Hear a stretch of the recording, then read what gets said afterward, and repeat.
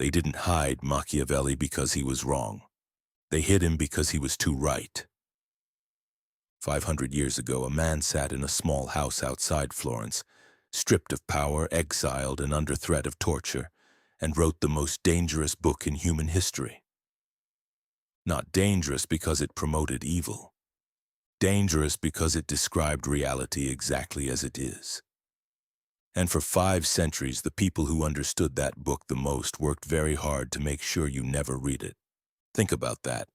You were handed dozens of books in school. You were taught history, mathematics, literature. You were taught how to be a productive member of society. But the one book that explains how power actually operates, how people really make decisions, how influence truly works, how the world is actually organized beneath the surface, that one was quietly removed from the curriculum. The question you should be asking isn't what did Machiavelli say? The question is who decided you shouldn't know it, and why. Introduction. Here's the hidden code running beneath this entire video. Your mind was shaped inside a system. That system had a design, and the design was never fully explained to you, because explaining it would have changed how you operate inside it. Machiavelli didn't invent manipulation or power or strategy. He simply described them. He pulled back the curtain on the invisible theater of human behavior and said, this is what is actually happening on stage. And the people controlling the stage, kings, institutions, corporations, social systems, recognized immediately that a population who reads this book is a population much harder to control. So they called him immoral. They called him the devil's advisor. They attached his name to the word Machiavellian and turned it into an insult. It worked. Most people today hear his name and feel a faint sense of disgust, without ever having read a single page.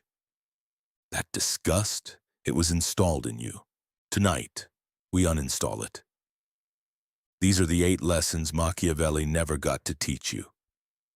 And the reason that was never an accident. Lesson 1. The architecture of acceptable ignorance.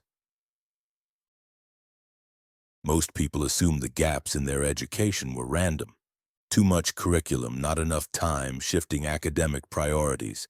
But here's what most people never realize. The gaps were not random, they were architectural. Every system of education, from ancient Rome to modern public schools, was designed with a dual purpose. The stated purpose, to enlighten the student. The unstated purpose, to produce a citizen useful to the state. And a citizen who understands power too clearly becomes a very inconvenient citizen. Machiavelli wrote that men must either be caressed or eliminated, because they will avenge minor injuries but cannot avenge severe ones. This isn't cruelty. It's an observation about human psychology so precise it makes institutions uncomfortable. Because if you understand that principle, you stop accepting minor injuries. You stop tolerating slow accumulations of disrespect, exploitation, and diminishment. Because you now recognize them as the deliberate strategy they actually are. Your mind was never meant to have this information. The real mechanism is that ignorance, when carefully maintained, functions as a form of control more powerful than any law. You cannot resist what you cannot see, and you were never shown how to see it. Lesson 2. The Mask Protocol. You believe you can read people. You watch their expressions, listen to their words, observe their behavior. You make judgments. You feel confident in those judgments.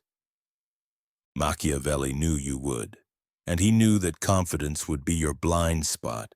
He wrote that a prince must be both a lion and a fox, and that the fox is far more dangerous because the fox knows how to avoid traps that the lion walks straight into. Here's the psychological mechanism operating beneath that metaphor. Most people lead with their authentic face. They show frustration when frustrated, interest when interested, weakness when weak. They believe transparency is a virtue, and in genuine relationships it is. But in systems of power, institutions, hierarchies, competitive environments, social structures, transparency is not a virtue. It is a vulnerability. The people who shaped your environment, teachers, managers, politicians, media, are not showing you their authentic face. They are showing you a constructed one, a face designed to produce a specific response in you. And here's what makes this even more fascinating. You were taught to be authentic. You were never taught to recognize when you're being performed at. This isn't cynicism, it's literacy. The real mask protocol isn't about learning to deceive. It's about learning to read. To understand that every social performance has a backstage, and the backstage is where the actual decisions are made. Once your mind learns to look for the backstage, you will never watch the performance the same way again. Lesson 3. The Consent Factory. Here is an uncomfortable question. How many of your beliefs did you actually choose? Your political instincts, your moral framework, your sense of what is possible, acceptable, realistic, ambitious, or shameful. Did you construct those from first principles? Or did they arrive pre-installed? Machiavelli understood something that modern psychology has since confirmed. The most efficient way to govern people is not through force. Force is expensive, unstable, and creates resentment. The most efficient way is to shape what people want. When you want what the system needs you to want, no force is required. You become self-governing. You police yourself. You enforce the norms on others. You call the people who don't comply dangerous, selfish, or immoral. The hidden part is this. You feel like your beliefs are yours because you feel them so strongly. But the strength of a belief has no relationship to its origin. You can feel deeply and authentically a belief that was carefully placed inside you by forces you never examined. Machiavelli wrote that men deceive themselves much more easily than they deceive others, not because they are foolish, but because self-deception is psychologically comfortable and clarity is not. Your mind resists questioning its own foundations. That resistance isn't weakness, it's design, and recognizing that design is the first act of genuine intellectual freedom. Lesson 4. The Neutrality Deception. You are taught that staying neutral is safe, that avoiding conflict, not taking sides, remaining balanced, these are mature, sophisticated positions. Machiavelli called this one of the most dangerous errors a person can make. He wrote that neutrality pleases no one and protects nothing. The side that wins will not trust you. The side that loses will not respect you. And both will recognize that you were optimizing for your own safety rather than standing for anything real. But here's the deeper psychological truth. Your mind was trained toward neutrality not to make you wise, but to make you manageable. A population of people who feel strongly, act on conviction, and defend their positions is a population that is difficult to redirect. But a population trained to see every issue as complex, every side as having a point, every strong position as extremism. That population is extraordinarily easy to move, because they have no anchor. When you've been taught that certainty is arrogance, you become uncertain about everything, including yourself. The real mechanism here is that epistemic humility, which is genuinely valuable, was weaponized into epistemic paralysis. Machiavelli never said be reckless. He said know where you stand and be honest about the cost of not standing there. Clarity is not arrogance. It is the one thing most difficult to manufacture in you, and the one thing most threatening to a system that needs your drift. Lesson 5. The Virtue Inversion. This one will be uncomfortable. You were taught that good behavior is rewarded, that honesty wins, that hard work is recognized, that kindness is reciprocated, and sometimes it is. But Machiavelli noticed something that schools, parents, and institutions were not designed to tell you. In systems of power, virtue without strategy is not noble. It is naive. He wrote that a man who insists on goodness in all his actions will come to ruin among so many who are not good. This was not an endorsement of cruelty. It was an observation about asymmetry.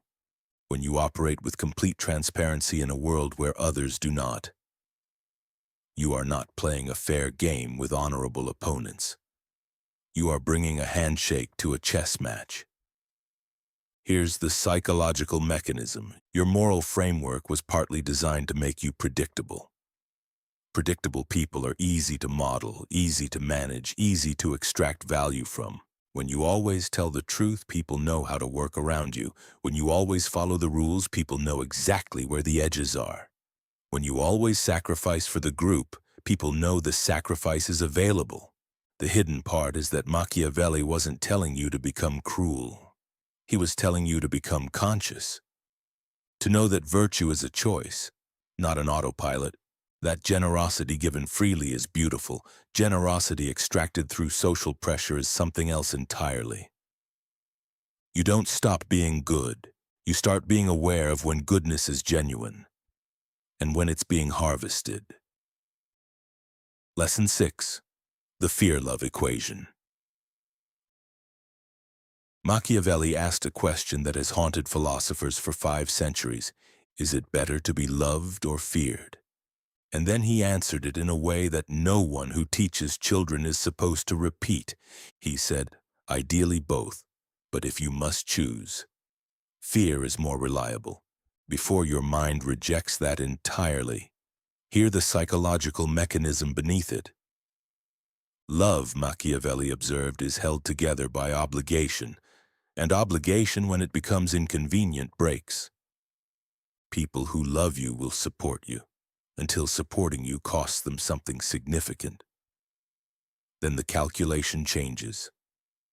But here's what makes this even more fascinating. Machiavelli wasn't describing cruelty. He was describing security. The version of fear he meant was not terror. It was respect with consequence. The understanding that there are real costs to betrayal, real weight to promises, real stakes in relationships. And your mind was taught the opposite. You were taught to make yourself lovable, to be agreeable, to accommodate, to smooth over conflict, to make yourself easy to be around. What you were not taught, how to be someone whose boundaries have real weight, how to be someone whose no means something, how to be someone people don't casually disrespect, not because you threaten them, but because they understand instinctively that there are consequences. The real mechanism is that genuine respect is not manufactured through warmth alone. It is built by demonstrating quietly and consistently that you are not without gravity. You are not a person to be tested lightly, and that, more than any charm or charisma, is what makes a presence felt in a room. Lesson 7. The Fortune Paradox. Machiavelli believed that fortune, luck, fate, circumstance, controls roughly half of human life, and that the other half is virtù. Not virtue in the moral sense, virtù in the Machiavellian sense, force of character. The capacity to act decisively when the moment opens. Here's the paradox your mind was never shown. Most people wait for certainty before they act. They wait for the right moment, the right resources, the right conditions. They mistake preparation for readiness. They mistake caution for wisdom. But Machiavelli observed that fortune is like a river in flood.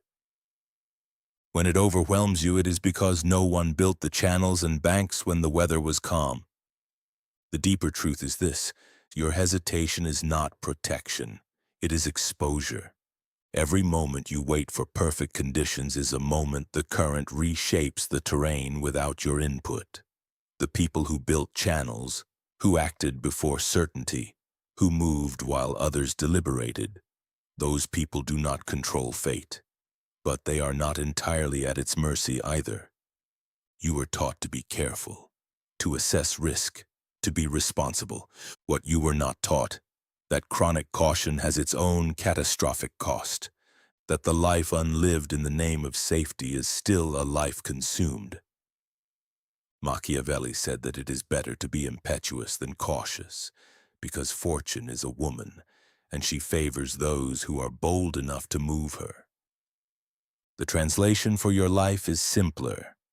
The moment that exists right now, this configuration of circumstances, relationships, energy, and possibility, will never exist again. Act in it, or watch it become someone else's story. Closing. Here is the hidden code that runs beneath all 8 lessons. You were not kept from Machiavelli because he was immoral. You were kept from him because he describes the world as it actually operates. And a person who sees the world clearly is infinitely harder to manage than one who sees it through the lens they were given. The consent was manufactured. The neutrality was installed. The virtue was weaponized. The mask was never explained. The fear of power was cultivated deliberately, not through conspiracy, not through malice, through something far more elegant and far more difficult to resist, through systems that perpetuate themselves by producing people who cannot see the systems.